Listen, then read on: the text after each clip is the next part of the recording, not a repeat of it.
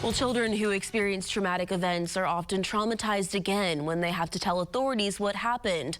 But some state organizations are making things easier and safer for children. Scott Mitchell explains how those groups are helping in this morning's The Hot Seat.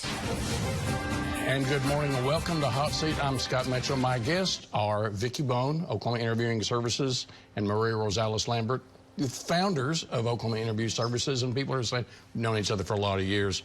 Yes. And I wondered, when I was looking at some statistics at the end of the year about vulnerable Oklahomans, children, even adults, I didn't know if you'd ever been on Hot Seat, and we probably needed to have you on just to talk about what's happening in that particular world. You work with children 3 to 17, vulnerable adults. Oklahoma has a kind of a quilt of different sort of organizations that have authority in this regard. It's really hard to understand. Maria, take us through what the situation is in Oklahoma when we're talking about abused children and vulnerable adults. Well, we have seen a huge increase in cases after the pandemic, and we also know that there's child advocacy centers where children can be interviewed, but in our state, the western part of the state doesn't have a whole lot of services and facilities where the children can be able to come and be interviewed in a child-friendly facility. So, let me see if I understand this.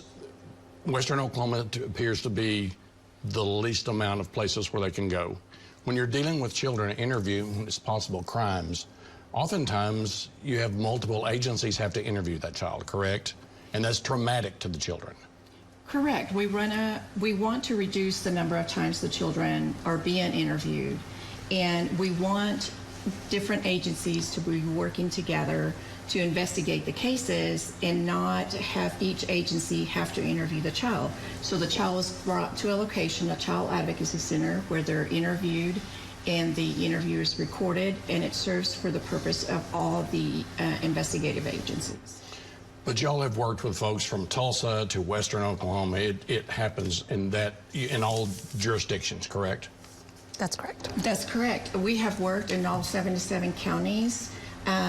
We respond to all 77 counties. We've worked from Idabel to Miami to Guymon, and so we go wherever we are requested for services. All right, so as part of the criminal justice system, you do this for prosecutors, law enforcement. I'm wondering how Oklahoma Interviewing Services came to be. What was the sort of needs you were filling?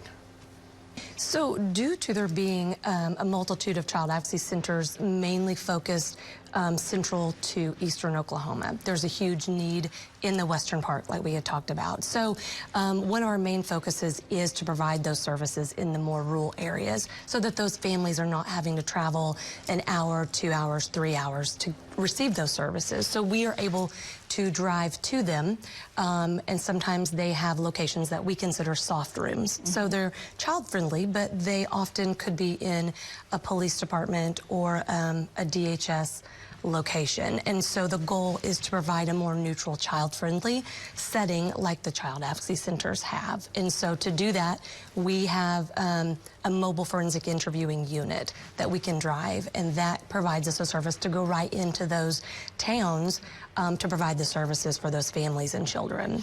I thought you were going to bring up Joey at some point. So this is a photograph of Joey, and Joey is your mobile unit. I know you worked for years to get Joey. Why the need for Joey? Here's some pictures of it on the inside. You can see that it's really set up for children. Vicki, what is the purpose of Joey, and why is it so necessary in Oklahoma? So it's extremely important that a child and a family have a very neutral, non-threatening environment for that forensic interview to happen. That really reduces the anxiety that a child may encounter as they have to come in and talk about the abuse that they've either that's happened to them or that they may have witnessed. And so we want to provide that comforting environment for those interviews to happen. And we have an advocate that will meet with the families and provide services for them during the forensic interview, meet with the caregivers while we're conducting that forensic interview. All right, well, right here on the screen, you can see where to reach Vicki or where to reach Maria. And we thank what you're doing. I'm glad people get to know what you folks do not toot your own horn. You spend time getting work on the most vulnerable Oklahomans. Appreciate what you do. Thank you. Thank you so much, and thank you for having us here today. Thank you. We appreciate it. Thanks for watching Hot Seat. See this again at news9.com and news16.com. And follow me on my socials.